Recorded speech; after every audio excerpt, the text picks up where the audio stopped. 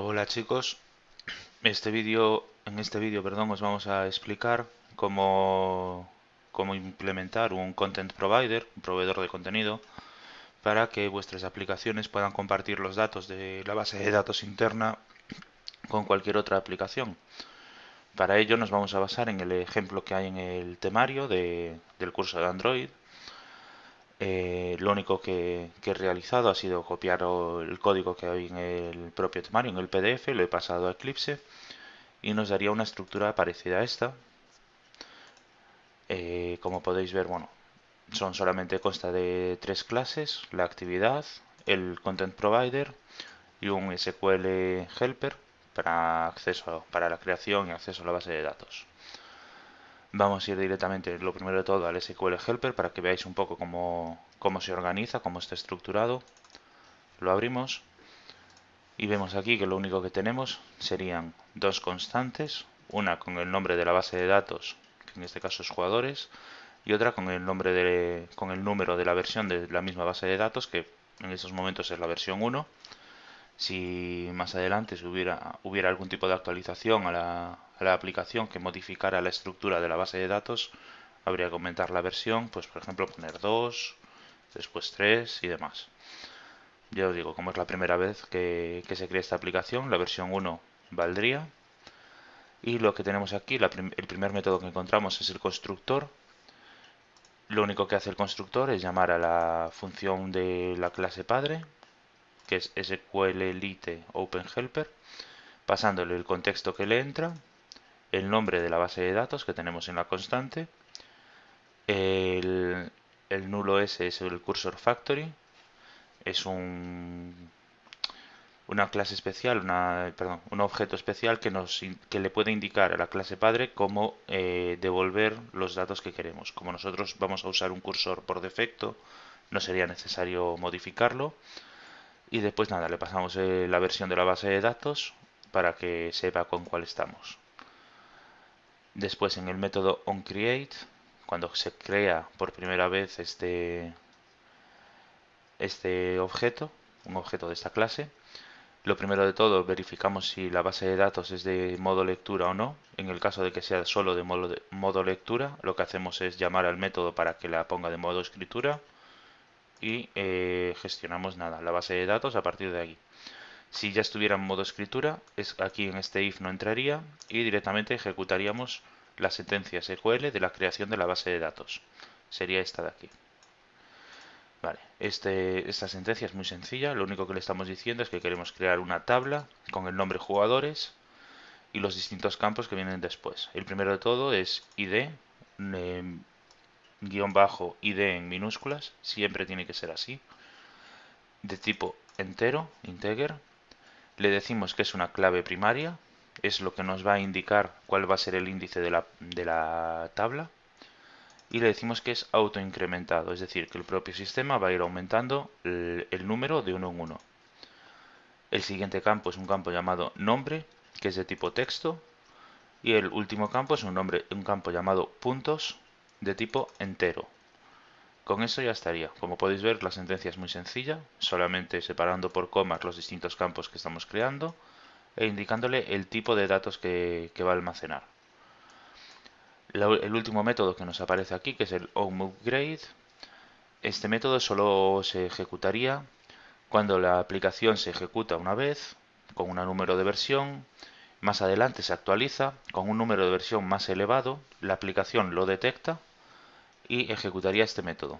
Como ya os digo, en nuestro caso no tenemos varias versiones ni nada, pues no se ha añadido código. En caso de que sí que hubiera varias versiones de la tabla o de la base de datos, perdón, sería necesario ver qué parámetros han cambiado en la base de datos y modificar la estructura de la tabla, añadiendo columnas, eliminándolas, conforme a los cambios que hayamos realizado para tener la base de datos en el estado en el que queremos. Como podéis ver, el SQL Helper es muy sencillo, no tendría nada más. Lo cerramos y vamos a pasar al provider, que suele ser siempre lo más complejo.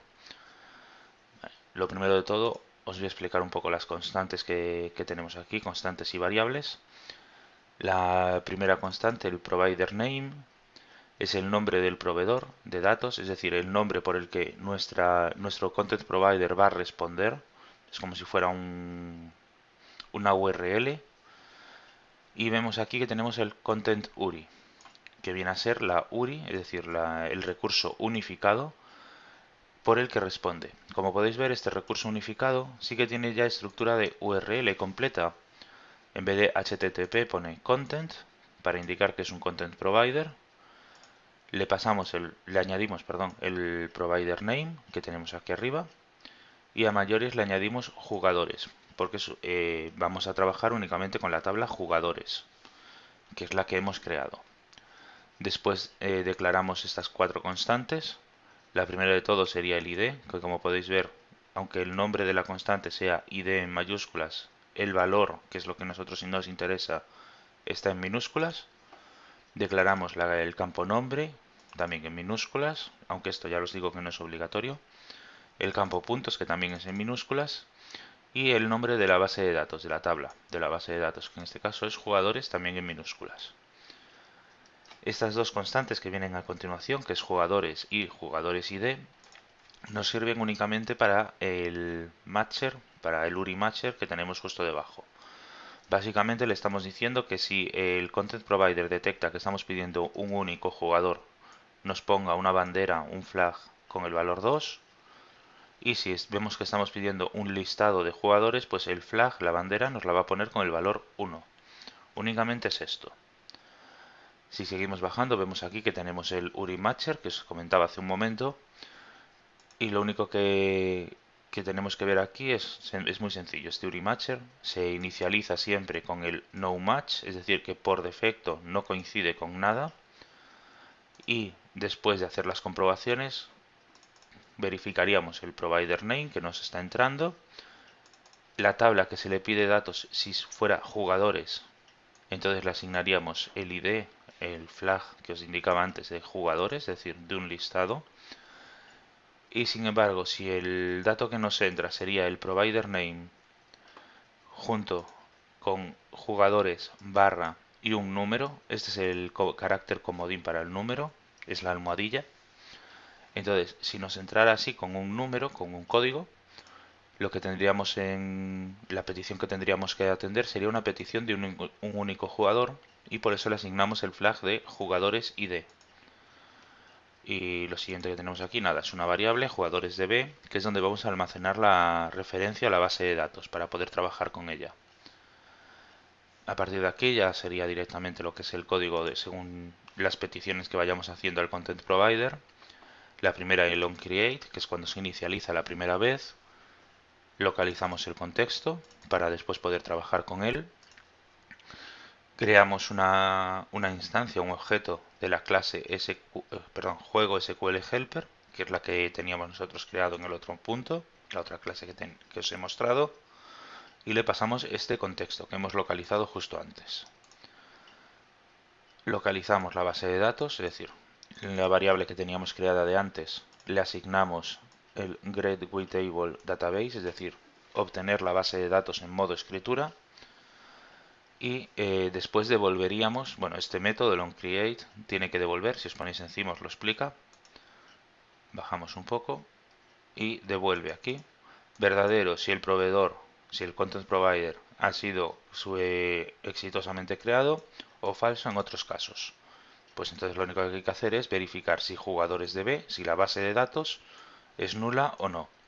En caso de que sea nula, sería jugadores DB igual a null, devolvemos falso. En caso contrario, devolveríamos true, es decir, devolvemos true solo si la base de datos no es nulo. Si fuera nula, devolveríamos false conforme el content provider no ha sido creado correctamente. Este método siguiente que tenemos aquí, el getType, al que le entra la URI, lo único que hace es usar el URI matcher que teníamos definido anteriormente para localizar qué tipo de datos nos está entrando. Si vemos que en el caso de que el flag, la bandera, sea jugadores, lo que hacemos es devolver, el getType tiene que devolver un formato específico, devolvería vnd android cursor dir, es decir, como si fuera un directorio de objetos, pero en modo cursor, y le asignamos nosotros propio el nombre Excitae jugadores. Y si fuera un solo jugador, es decir, en el caso de que el flag fuera jugadores ID, lo que vemos aquí es que devolvemos vnd android cursor item, es decir, en vez de un directorio sería un único objeto, un ítem, que también depende de la tabla jugadores de Excitae. Como podéis ver, es una estructura muy sencilla. Si tuviéramos más tablas de las que ir añadiendo casos, pues nada, sería pues solamente case, pues en vez de jugadores fuera resultados, pues case resultados, return, vnd, android, cursor, dir, vnd, excitae, resultados. Y para el caso de un único resultado, pues sería parecido a este. Cambiaríamos dir por ítem y con esto ya llegaría. Y vemos aquí que en el caso por defecto, es decir, si en este método nos entra una URI que no podemos gestionar, en cualquier otro caso, es decir, cualquier caso que no esté contemplado aquí arriba, devolveríamos un exception, una excepción de un argumento ilegal, es decir, no debería haber entrado aquí. Y mostramos un mensaje de URI no soportada y asociamos la URI que tenemos. De esta forma el usuario le va a salir en el logcat, en el registro de errores de Android, este mensaje de error indicando que la URI no es correcta. Si seguimos bajando, vemos aquí el método insert, inserción de objetos. Lo único que, perdón, lo único que nos entra sería la propia URI y nos entraría un content values, un objeto con todos los valores que queremos guardar de cada uno de los jugadores. Llamamos directamente al método jugadoresdb, que era nuestra base de datos, .insert, le pasamos el nombre de la tabla, no le decimos que queremos limitarlo en cualquier punto, podríamos hacer que se fuera una inserción pero solamente en el caso de X condición, en este caso no sería así, no lo queremos, y le queremos pasar tal cual los valores que le entran. Después veremos cómo crear este content values, ya os digo que es muy sencillo. Y ya os digo que no tiene más problema que esto. Se le pasa al método insert de la base de datos, la tabla y los valores que queremos añadir, la fila que queremos añadir. La siguiente comprobación es muy sencilla, lo único que hacemos es si la fila es mayor que 0, es decir, si el ID que nos ha devuelto el insert es mayor que 0, es decir, se ha insertado algo y nos devuelve un ID, un identificador correcto, solamente son correctos los positivos mayores que 0. Entonces, en caso de que sea todo correcto, lo que hacemos es crear una URI nueva que le asigne, que le concatena el ID que hemos creado y le decimos al sistema que notifique el cambio. Si tuviéramos algún cursor pendiente de estos cambios del Content Provider, todos los cursores que estén pendientes serían notificados de que ha habido un cambio y que deben recuperar de nuevo todos los datos. Y lo que hacemos con esto después es devolverle al sistema, al método que nos ha llamado esta función, le devolveríamos la URI correcta con el ID asociado. Como podemos ver, este método lo único que hace es coger el content URI, que es una de las constantes, recordad, es la constante que teníamos aquí arriba, y le añade, le concatena con el appends, le concatena el ID y se lo devolveríamos al método que lo llama. De esta forma, en el propio método que está llamando la función insert, podríamos verificar si se ha insertado correctamente y, en caso afirmativo, cuál es el ID que se le ha asociado. En caso de que el ID no sea mayor que 0, es decir, esto no lo vamos a ejecutar,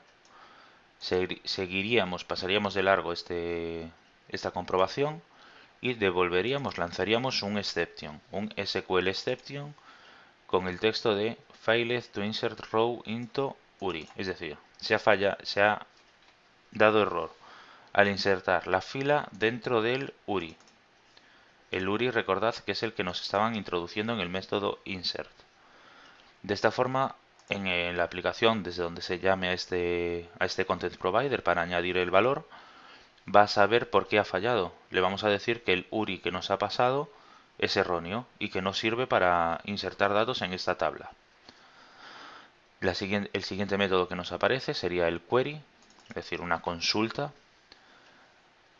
Le pasaríamos el URI para gestionarlo. Pasaríamos la proyección de los datos, os explico qué es cada uno de los campos. Pasaríamos la selección, un string de argumentos de selección y un orden para mostrar los datos. Os comento entonces, el URI, como os decía, es el URI del Content Provider al que debería responder. La proyección es un array con todos los campos que queremos que devuelva. Podríamos ser que tengamos en este caso es una tabla pequeña, que son solamente 3 campos, el ID, el nombre y los puntos. Pero pudiera ser que tengamos una tabla con 10 campos, pero solo necesitemos el primero, el nombre y el ID, por ejemplo. Pues en este proyecto le pasaríamos el array con los campos que de verdad necesitamos. En el selection se le pasaría la cláusula where de SQL con los campos que queremos comprobar.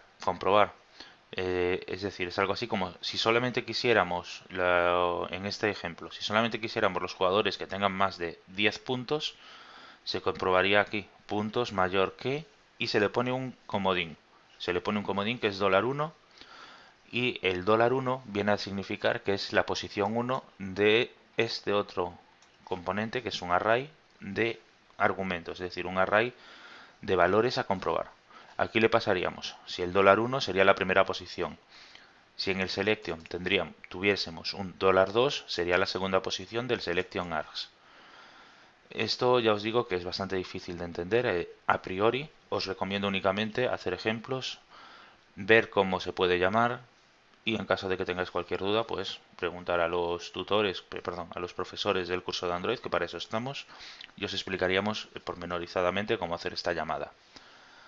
Y en el caso del order, el sort order, le pasaríamos un string, como podéis ver, de tipo string, indicándole qué campo, qué columna queremos que ordene y si queremos que esté ordenada de forma ascendente o descendente. Esto ya os digo que es una sentencia SQL, sería nombre de campo, espacio, ASC para orden ascendente o DESC para orden descendente. Ya os digo, esto no hay nada mejor que hacer pruebas y verificar cómo funciona. Entraríamos entonces en el método.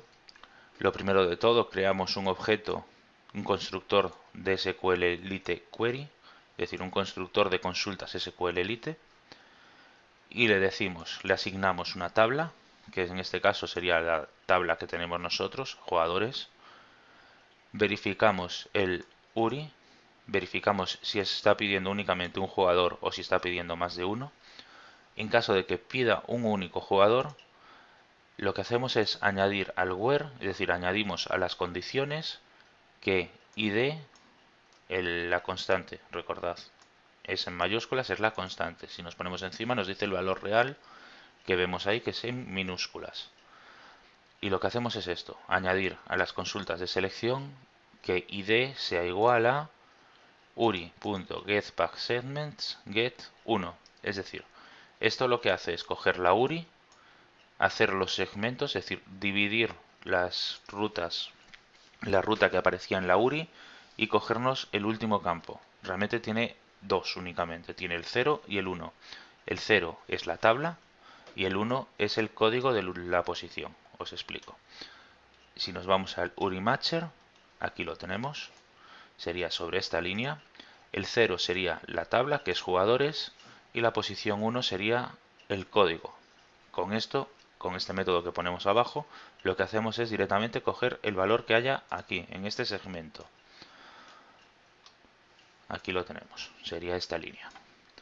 Y como podéis ver, pues nada, crearía una sentencia de consulta _id igual a el id que nos pasen desde la otra aplicación.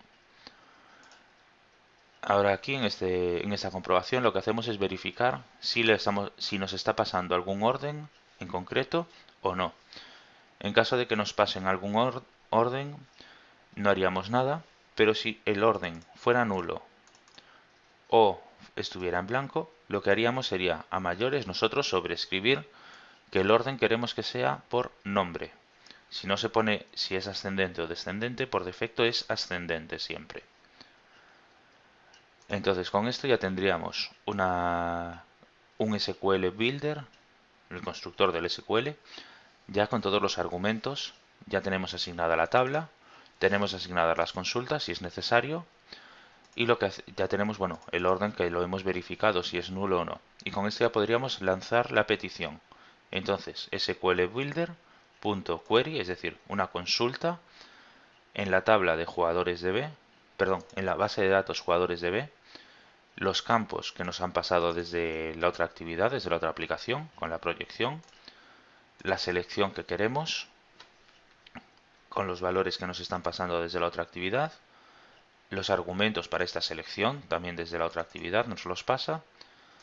Después aquí estos dos campos que son nulos, que si nos vemos la ayuda sería la agrupación, el group by y el having. Básicamente eso ya son para consultas más complejas en las que tenemos subgrupos dentro de los resultados. En nuestro caso no es necesario, por eso son nulos. Y le pasamos el orden que queremos, ya después de verificar si es nulo o está vacío. Esta llamada nos devuelve un cursor. Lo que hacemos es en esta línea modificar, bueno, modificar no, llamar al sistema para decirle que este URI ha provocado una consulta. Se notifica que el URI con este Content Resolver, que es el nuestro, nos ha devuelto un resultado. Se asocia al cursor. Es decir, el cursor lleva asociado esta notificación. Y después se devolvería a la aplicación que lo ha solicitado. No hay más problema que este. Es decir, como podéis ver, es solamente crear el SQL Builder, decirle qué tablas queremos consultar, si tenemos que consultar todos los objetos o solamente uno, y verificar que el orden no sea nulo. Cuando tenemos esto todo completado, se hace una llamada al método query del SQL Builder con la base de datos, la proyección, selección y los argumentos de la selección, y añadimos el orden ya verificado. Le asociamos la notificación y se lo devolvemos a quien nos lo haya pedido. Con eso ya os digo que de esta forma la aplicación que nos haya pedido los datos ya tiene su cursor preparado para mostrar datos, cargarlos, eliminarlo, lo que quiera hacer. Después aquí tenemos otros dos métodos que serían el delete y el update. Serían parecidos a lo que hemos hecho aquí arriba con el query. Esto ya os los dejo a vosotros para implementar. Si tenéis cualquier duda, como os dije antes, pues nos enviáis un correo a cualquiera de los profesores y os ayudaríamos. Y en el update lo mismo.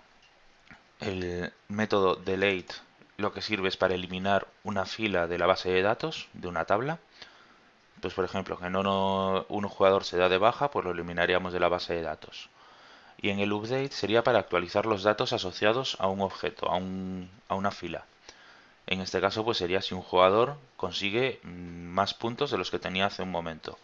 Pues nuestra aplicación, la aplicación externa, le pasaría una petición a nuestro content provider diciéndole que el jugador X, el que sea, que tiene un nuevo valor de puntos y nosotros desde aquí, desde este método, tendríamos que localizar los valores de la anterior fila y actualizarlos. Ya os digo, estos dos métodos os los dejo a vosotros. Revisadlos, intentad hacerlos vosotros por vuestra cuenta y si tenéis cualquier duda, no dudéis, valga la redundancia, en enviárnosla a nosotros, ¿vale? Vamos entonces a revisar la última clase, que es la actividad. Abrimos dbActivity. Lo primero de todo, verifiquemos, os indico, hay que verificar que sea un list activity porque vamos a usar un list view para mostrar los datos. Y nada, esto es muy sencillo, esta actividad es muy sencilla. Lo primero de todo, definimos una variable global que sea cursor, de tipo cursor. Y en el método onCreate le asociamos el contentView, que es jugadores.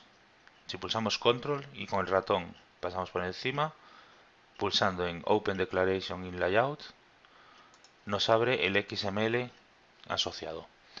Aquí vemos que el XML es muy sencillo. Lo único que tenemos es un list view con el ID Android ID list. Esto es obligatorio ya que estamos usando un list activity. Si creáramos nosotros nuestro propio ID, nos iba a dar error, por la sencilla razón de que un list activity es obligatorio que tenga este ID. No vale ponerlo nosotros pues así, por ejemplo, arroba más ID list. Esto no es válido porque este ID está asociado a nuestra aplicación, no al sistema. Y entonces no nos funcionaría nunca. Hay que volver a ponerlo como lo teníamos, Android ID barra list. Lo cerramos el layout y continuamos. Vale, aquí vemos que creamos un array de string, de texto, que le llamamos columnas. Aquí os digo, esto va a ser lo que después se convierte en projection, es decir, las columnas que queremos de la base de datos, las columnas que queremos recoger. En este caso, como podéis ver, estamos pidiéndole la columna ID, la columna nombre y la columna puntos. Serían todas las columnas que existen. No tendríamos problema en mostrar datos, ya os digo que estamos pidiendo las tres que existen. No podríamos pedir más ni mostrar menos. Después lo único que es con este array ya creado, vamos a crear el URI. Ya os digo que le he llamado URI new, nuevo, para que veáis cómo se crea un nuevo objeto. Esto habría que hacerlo con un botón en la pantalla de crear un nuevo objeto, pedir los datos y enviar esta petición desde otra actividad separada o desde otro método separado. Yo os lo pongo aquí para que lo podáis ver rápidamente y que veáis cómo se insertaría un objeto en una aplicación, en una base de datos con Content Provider. Lo que hay que hacer es pasarle el URI.parse, es decir, el URI que queremos usar, que ya os digo es content, ex, exitae, juego, jugadores. Que si os dais cuenta, es el content URI que teníamos en el juego provider. Ese URI siempre tiene que ser público, es decir, si vosotros creáis una aplicación que tenga una base de datos con content provider, este URI de acceso debéis indicárselo a los usuarios que quieran usar esa base de datos desde fuera para que sepan cómo hacer las llamadas a los usuarios desarrolladores, claro. Si un desarrollador no sabe cuál es el URI de acceso a vuestro content provider, nunca va a poder acceder a él. Siempre tenéis que ponerlo de forma pública. En este caso, como os digo, este es el provider básico para añadir un jugador. Creamos, como os decía antes, un content values, un contenedor de valores, la traducción directa, en el que añadimos bueno, se añade con el put, le añadimos el campo nombre, se tiene que llamarse igual que el campo en la base de datos y le asignamos el nombre. Pues por ejemplo en este caso le ponemos Federico, que es el que viene en los ejemplos del temario, y añadimos también con el put los puntos. Y si recordáis era un número entero lo que teníamos que guardar en puntos, entonces no iría entrecomillado y pondríamos un valor entero. Como os digo, en este caso he puesto 100, valdría cualquier número, 75 si queréis, da igual. Y ahora el siguiente paso sería llamar al getContentResolver. Este es un método del sistema. Este método lo que hace es lo siguiente. Revisa el método que tenemos aquí, al que estamos llamando, localiza la URI que queremos gestionar, en este caso ya os digo es esta de aquí arriba, localiza la URI, comprueba si en el sistema está instalada alguna aplicación que responda a esta URI y en el caso de existir esta aplicación que responda, lo que hace es llamar a su método insert pasándole los valores que queremos añadir. Como os digo, es justo lo que os indicaba antes en el juego provider, en el método insert que le entraba un content value con las filas que queremos añadir. En este caso aquí lo tenéis. Sería tan sencillo como esto para añadir un nuevo registro, estas líneas.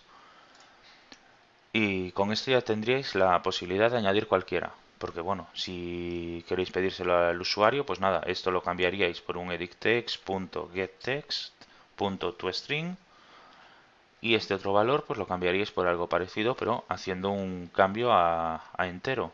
Pues editText.getText .toString y esto englobado en un integer.parse. De esta forma hacemos que el sistema lo convierta a integer.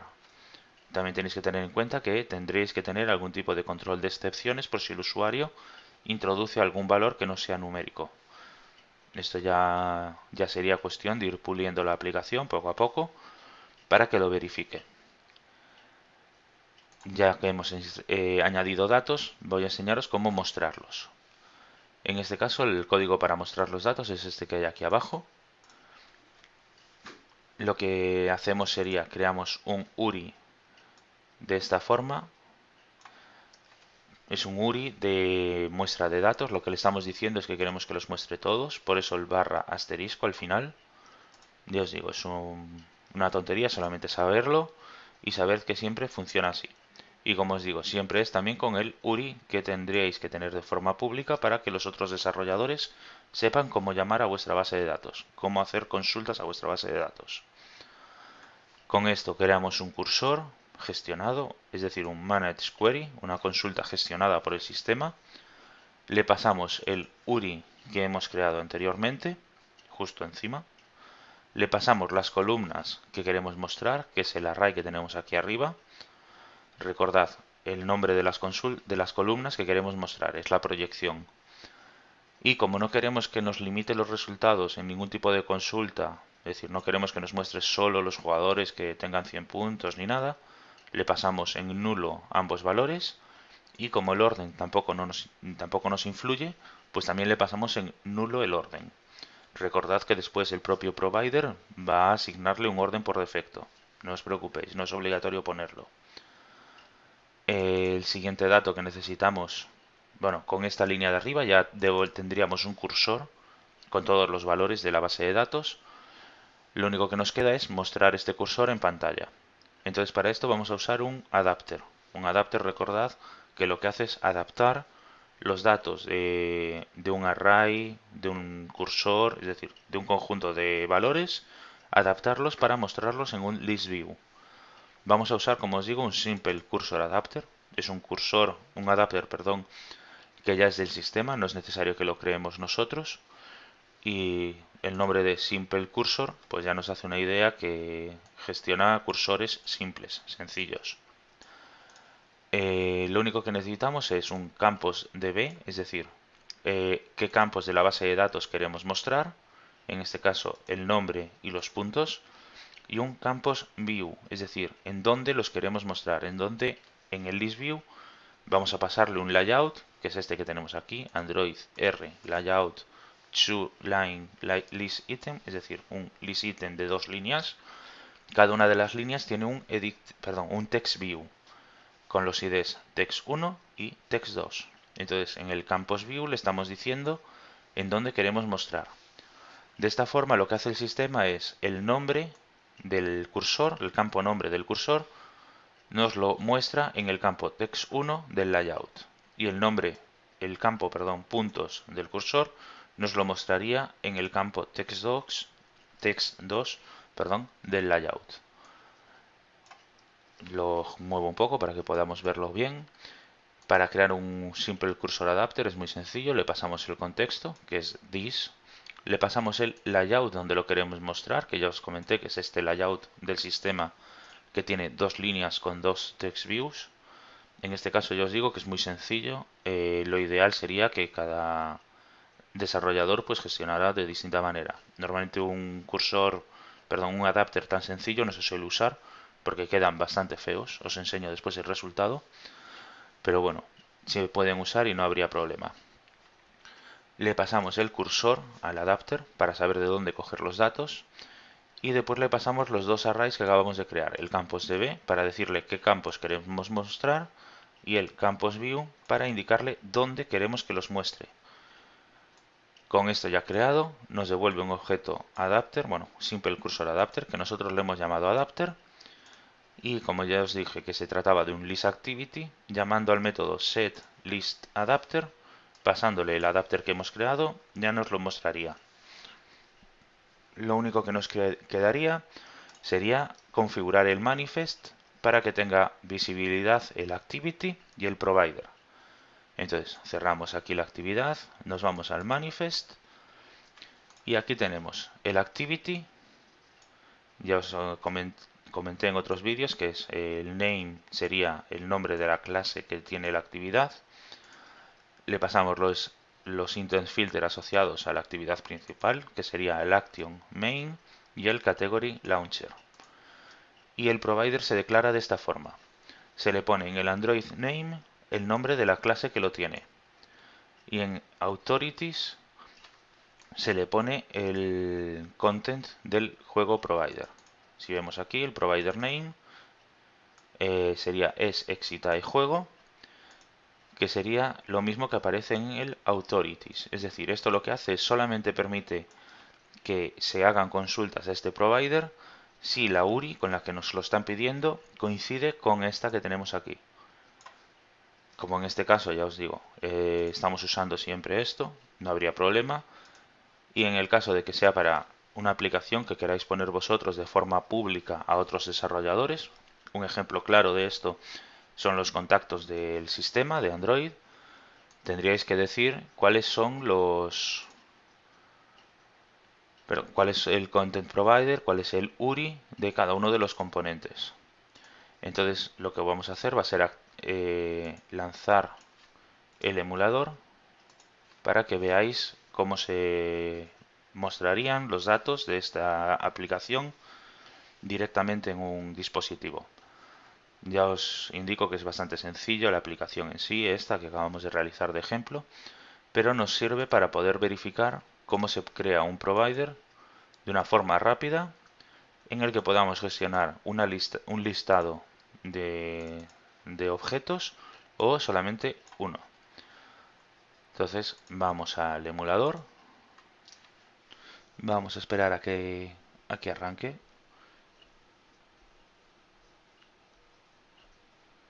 No debería tardar mucho, ya os comento que está configurado para que sea acelerado por gráfica, así que no debería haber problema. Vale, ya lo tenemos aquí funcionando. Desbloqueamos la pantalla y vamos a ejecutar la aplicación. Sería pulsando botón derecho, Run as Android Application. Si veis, nos lo está ya enviando el emulador, lo está instalando y lo acaba de ejecutar. Aquí tendríamos la actividad ejecutada. Como podéis ver, nos está mostrando el dato que nosotros hemos añadido. Nada más. Es lo único que le hemos pedido, es que añada un dato y después consulte la base de datos para mostrarlo. Con esto ya hemos terminado esta pequeña guía sobre Content Provider. Ya os digo, si tenéis cualquier duda podéis dejarla en los comentarios del vídeo, o si estáis en el curso de Android, enviarnos un correo a través de la mensajería que será respondido lo antes posible y normalmente no pasan más de 5 días.